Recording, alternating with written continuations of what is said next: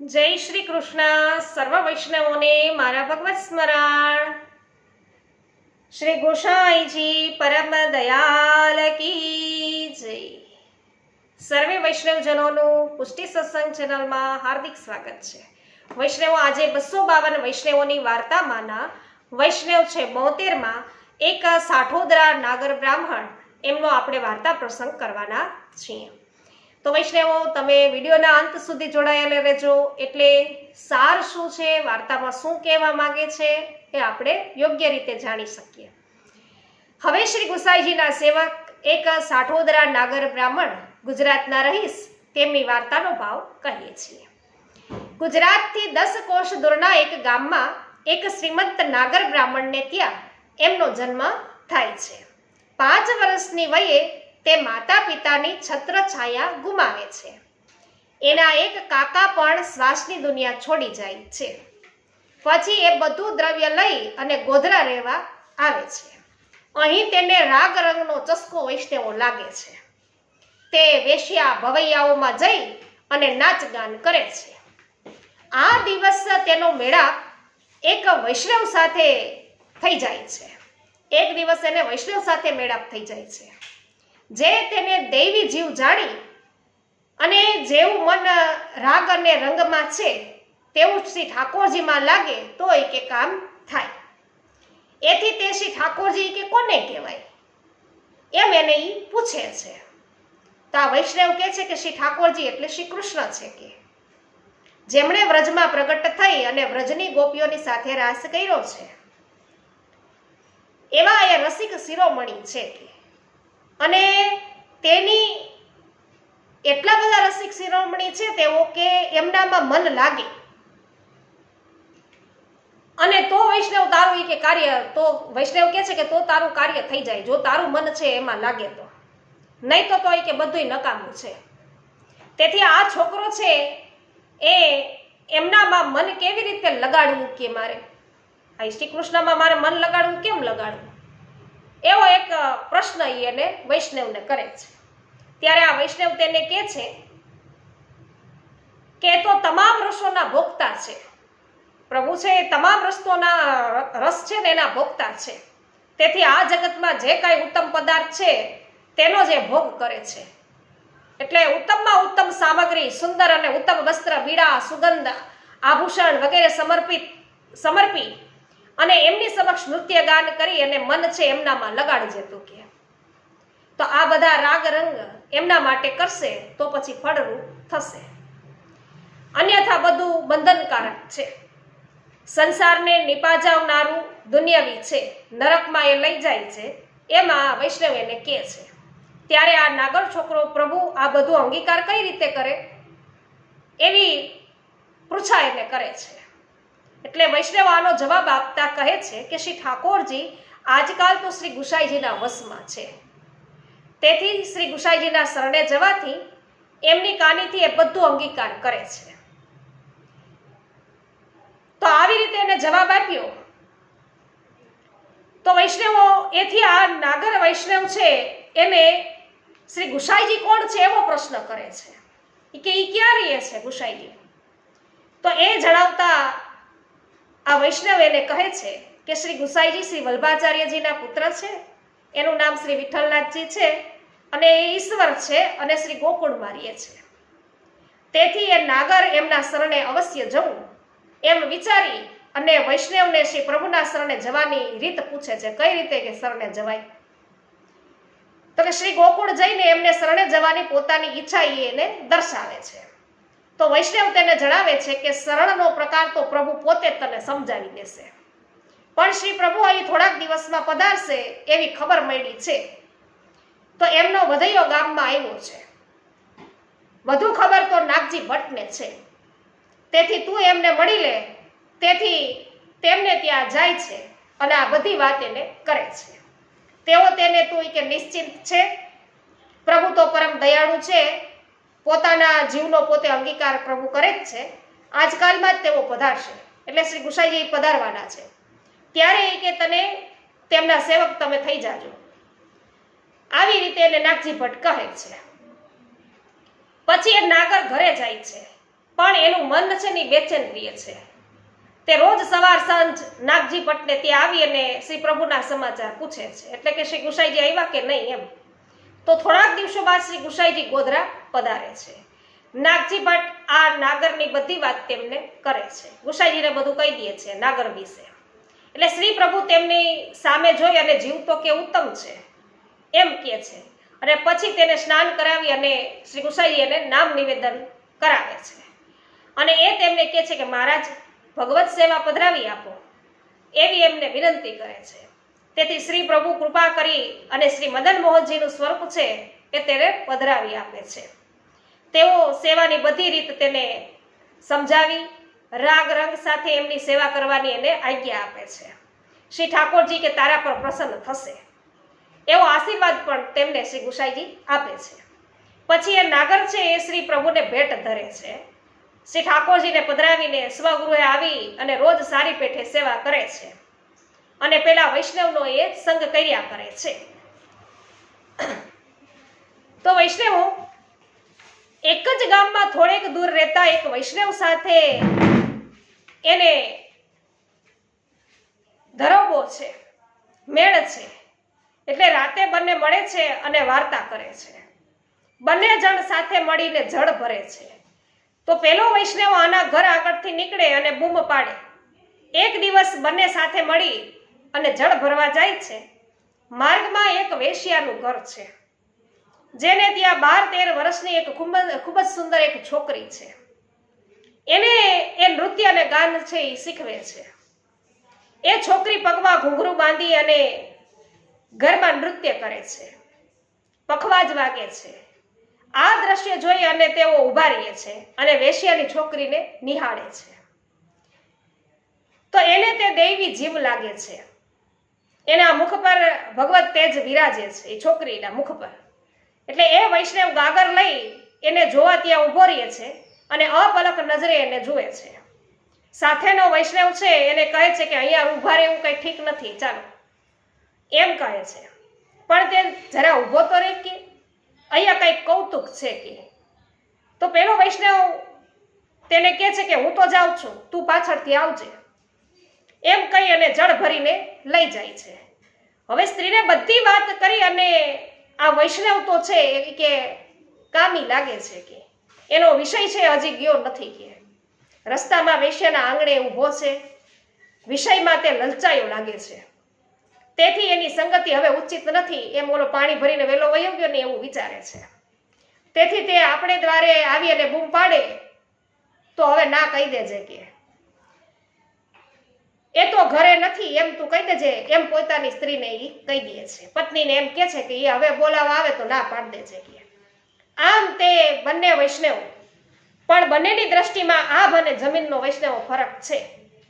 તો નાગર વૈષ્ણવ પેલી વૈશ્યાની છોકરીમાં દેવી જીવ છે એવું જાણે છે. તો પેલો વૈષ્ણવ છે આ વૈષ્ણવ નાગર બ્રાહ્મણમાં કે વિષયના લંપટમાં વિષય લંપટી છે એવું એને લાગ્યું. એથી પેલો વૈષ્ણવ નાગર બ્રાહ્મણ આવે તો એ હું ઘરે નથી એમ તું કહી દેજે એમ પોતાની પત્નીને કહી દે છે. પછી પેલો વૈષ્ણવ છે વૈષ્ણવ એ નાગર બ્રાહ્મણ વેશ્યાને પૂછે છે એ કે તું તારી છોકરીને મારા ઘરે આજે રાત્રે મોકલીશ, 4 પ્રહર રહેવા દેશે એ કે. વેશ્યા એક સોના મોહરના બદલામાં તેને મોકલવા માટે રાજી થાય છે. તો નાગર કબૂલ થઈ અને કે હું લેવા આવીશ એમ કહે છે. એ પછી તે શ્રી ઠાકોરજીને ઉત્થાપન ભોગ ધરીને સંધ્યા આરતી કરીને વેશ્યાને ત્યાં એની છોકરી છે એને પોતાને ઘેર લાવે છે. અને પછી છોકરીના શરીરે ઉપટનો કરીને એને નવડાવે છે. શરીર, માથું, લૂછી બધા આભૂષણો પહેરાવીને નવા વસ્ત્ર, સાડી, ચોળી વગેરે પહેરાવીને મંદિરના દ્વાર આગળ એને બેસાડે છે અને કાળમાં અષ્ટાક્ષર મંત્ર એને કહે છે. પછી માળા પહેરાવી અને શ્રી આચાર્યજી, શ્રી ગુસાઈજી તથા શ્રી ગોવર્ધનનાથજી તેમ પોતાના સેવ્ય સ્વરૂપને એને ચરણામૃત આપી પછી મહાપ્રસાદ પણ તેને આપે છે. ત્યારે વેશ્યાની એ છોકરી વૈષ્ણવો સંસ્કૃત બોલવા લાગે છે અને પછી પોતે નાઈ શ્રી ઠાકોરજીની આગળ છે ખીલોના ચોપાટ ઉઠાવીને જળ જારી ભરીને પછી ભોગ, બીડા સિંહાસન પર ધરી અને 2 દીવા શ્રી ઠાકોરજી પાસે મંદિરમાં ચોમુખા રાખે છે. મંદિરની બહાર બારણે પણ તે દીવા મૂકે છે. પછી વેશ્યાની છોકરીને તે આચાર્યજીનું ચિંતન કરીને, શ્રી ગુસાઈજીનું ચિંતન કરીને, દંડવત કરીને, મન ઠેકાણે રાખીને, જેવું તારામાં સામર્થ્ય પરાક્રમ હોય, તને આવડતું હોય, એમાં કોઈ તું કસર છે છોડીશ નહીં, શ્રી ઠાકોરજી આગળ પ્રપંચ નહીં રાખીશ, એમ એને કહે છે. અને પછી તે દંડવત કરીને વૈષ્ણવો આ છોકરી નૃત્ય આરંભ કરે છે પ્રભુની સન્મુખ, ઠાકોરજીની સન્મુખ. અને પછી આ વૈષ્ણવ દંડવત કરી અને રાસના કીર્તન છે એ ગાવા લાગે છે. શરદ ઋતુ હોય છે. વેશ્યાની છોકરી આલાપચારી કરી અને શ્રી આચાર્યજી અને શ્રી ગુસાઈજીના નામ લેતા જ તેનો ભગવદાવેશ છે એ થાય છે. સંસ્કૃત રાસ પંચાયધ્યયના શ્લોક તે બોલવા લાગે છે અને દેહભાન તે ભૂલી જાય છે. 4 પહોર સુધી તે નૃત્ય થયું. તેથી આ વૈષ્ણવ અને વેશ્યાની છોકરી તેમજ શ્રી ઠાકોરજી રસાવિષ્ટ થાય છે, રસાવેશવાળા તેઓ થાય છે. વૈષ્ણવ અને વેશ્યાની છોકરી બંને દેહાધ્યાસ ભૂલ્યા. સવાર પડી તેની પણ એને કાંઈ ભાન રહી નહીં. જે લોકો વેશ્યાની છોકરીને બોલાવવા આવ્યા હોય એ બધા બૂમો પાડે છે, કમાડ બધા ઠોકવા લાગે છે અને પછી એને લઈને ચાલ્યા જાય છે. એ પછી થોડીક વારે એક વૈરાગીની ઝાલર વાગે છે. ત્યારે એને ખબર પડી, સુધ આવી કે હવે દિવસ છે એ ચઢ્યો છે.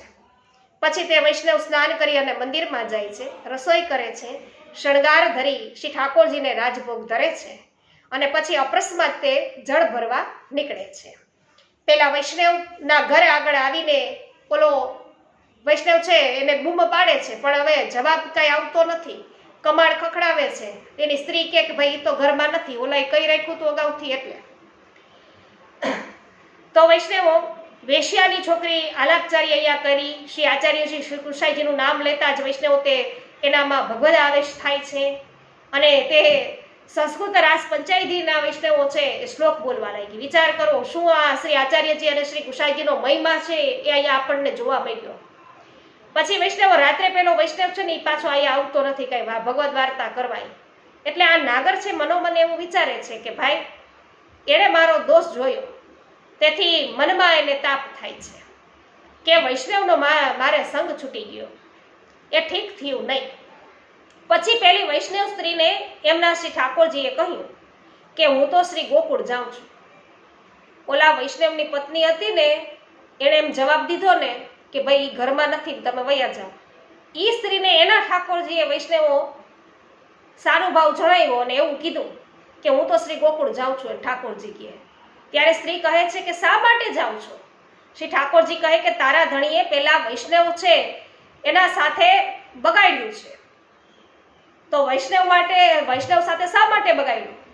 એ તો અલૌકિક વૈષ્ણવ છે, એણે શ્રી ઠાકોરજી આગળ નૃત્ય કરાવ્યું, તો એ વેશ્યાની છોકરી પણ અલૌકિક છે. તેથી દોષ લાવીને એણે બધું બગાડ્યું, એનામાં દોષ જોયા, માટે હું જઈ રહ્યો છું. ઠાકોરજી કે હવે હું બિરાજું નહીં, તે છે એ વૈષ્ણવોના છે, તમે દોષ જોયા. તો વૈષ્ણવો કેમ કે બ્રાહ્મણ છે, વૈષ્ણવો અહીંયા લીલામાં વ્રજનાગરી શ્રી ચંદ્રાવલીજીની અતરંગ સખી છે અને શ્રી ચંદ્રાવલીજીની સાથે રાસમાં તે ગાન કરે છે, એટલે ચિત્રલેખાથી તે પ્રગટ્યા છે. એમાં રાજસના ભાવનું સ્વરૂપ છે. આ વેશ્યાની છોકરી વ્રજનાગરીની સહચરી નૃત્ય નિપુણા છે અને નૃત્યમાં તે ખૂબ જ નિપુણ અને હોશિયાર છે. જે સમયે વ્રજનાગરી ગાન કરે છે ત્યારે એ નૃત્ય કરે છે. તો એકવાર શ્રી ઠાકોરજી એને નૃત્ય કરવા કહે છે અને એ કહે છે કે હું તો હમણાં નૃત્ય નહીં કરું, મને કામ છે. તેથી શ્રી ઠાકોરજી અપ્રસન્ન થાય છે અને એ અપરાધથી તે આ વેશ્યાને ત્યાં જન્મે છે. પણ આ બ્રાહ્મણ તેને ઓળખી કાઢે છે અને આ રીતે તેનો ઉદ્ધાર કરે છે. એ વાત તો પેલો વૈષ્ણવ છે ને એનો સંગી હતો, રોજ બે ભેગા રહેતા હતા ને હવે નથી રહેતો, તો એ વૈષ્ણવ છે ને એ જાણતો નહોતો. તેથી આ ઉપરનો વર્તાવ જોઈ અને એને અભાવ આવે છે કે આ વેશ્યાની છોકરીને જોવા ઉભો રહ્યો, આ તો વિષય લાગે, સાચો વૈષ્ણવ નથી, એને એવું થયું. તો એથી શ્રી ગુસાઈજી એને કહેતા નથી, પણ શ્રી ગુસાઈજી છે એનો અંગીકૃત છે, માટે એની સ્ત્રીએ કહ્યું કે આ રીતે તેના પર અનુગ્રહ કર્યો. તો પ્રભુએ આ રીતે એની સ્ત્રીને કહી અને એનો દોષ છે એ જણાવી દીધો, વૈષ્ણવ કૃપા કરી. ત્યારે આ શ્રીએ શ્રી ઠાકોરજીને એવી વિનંતી કરી કે મહારાજ આપ પધારો નહીં, ગોકુળ જશો નહીં, હું મારા ધણીને કહીને પેલા વૈષ્ણવને ત્યાં મોકલું છું કે તે તેના ધણીને બધી વાત કરે છે. શ્રી ઠાકોરજીની બધી વાત તેને કરી દે એના પતિને, અને તરત જ તે ઉઠી અને વૈષ્ણવના ઘેર આવે છે આ નાગરને ત્યાં, અને બૂમ પાડે છે, કેમ કે એ સ્ત્રી પુરુષ દેવી જીવ છે. લીલામાં એ બંને વ્રજનાગરીની સહચરી છે. સ્ત્રીનું નામ ભામિની અને પુરુષનું નામ વ્રજદેવી છે. એથી એમને પોતાનો દોષ છે અહીંયા સ્ફુરે છે, સમજ પડી જાય છે, અને સ્વરૂપનું જ્ઞાન એને થઈ જાય છે. તેથી તરત જ એ વૈષ્ણવના ઘરે જઈ અને બૂમ પાડે છે. ત્યારે નાગર બ્રાહ્મણ વૈષ્ણવ છે એ કમાડ ખોલે છે. તેઓ એના પગે પડે છે અને કહે છે કે મારો અપરાધ તમે ક્ષમા કરો, મેં તમારો દોષ જોયો. અને પછી મને જાણ મળી અને હવે ભગવદ વાર્તા કરે છે અને તેમને આનંદ થાય છે. આ વાર્તાનો વૈષ્ણવ આશય એ છે કે તાદસ્ય વૈષ્ણવની કૃતિ નહીં જોવી, કે આ હું કરે છે એનામાં દોષ નહીં જોતા, તો એને જે કંઈ કાર્ય કર્યું એમાં તમે દોષ કાઢતા નહીં. આ વૈષ્ણવ નાગર બ્રાહ્મણ શ્રી ગુસાઈજીનો આવો કૃપાપાત્ર ભગવદીય હતો. તેથી એની વાર્તા ક્યાં લગી કહેવી. વૈષ્ણવ તમને વાર્તામાં આનંદ આવ્યો હોય તો વિડીયોને લાઈક, કમેન્ટ અને શેર કરવાનું ભૂલશો નહીં. હજુ સુધી તમે આપે પુષ્ટિ સત્સંગ ચેનલને સબસ્ક્રાઇબ ન કરી હોય તો કરી લેજો. પુષ્ટિ સત્સંગ ચેનલને સબસ્ક્રાઇબ કરશો એટલે તમને અવિરતપણે આવા પુષ્ટિ માર્ગીય સત્સંગો છે સાંભળવા મળશે. સર્વને મારા જય શ્રી કૃષ્ણ. શ્રી ગુસાઈજી પરમ દયાલ કી જય.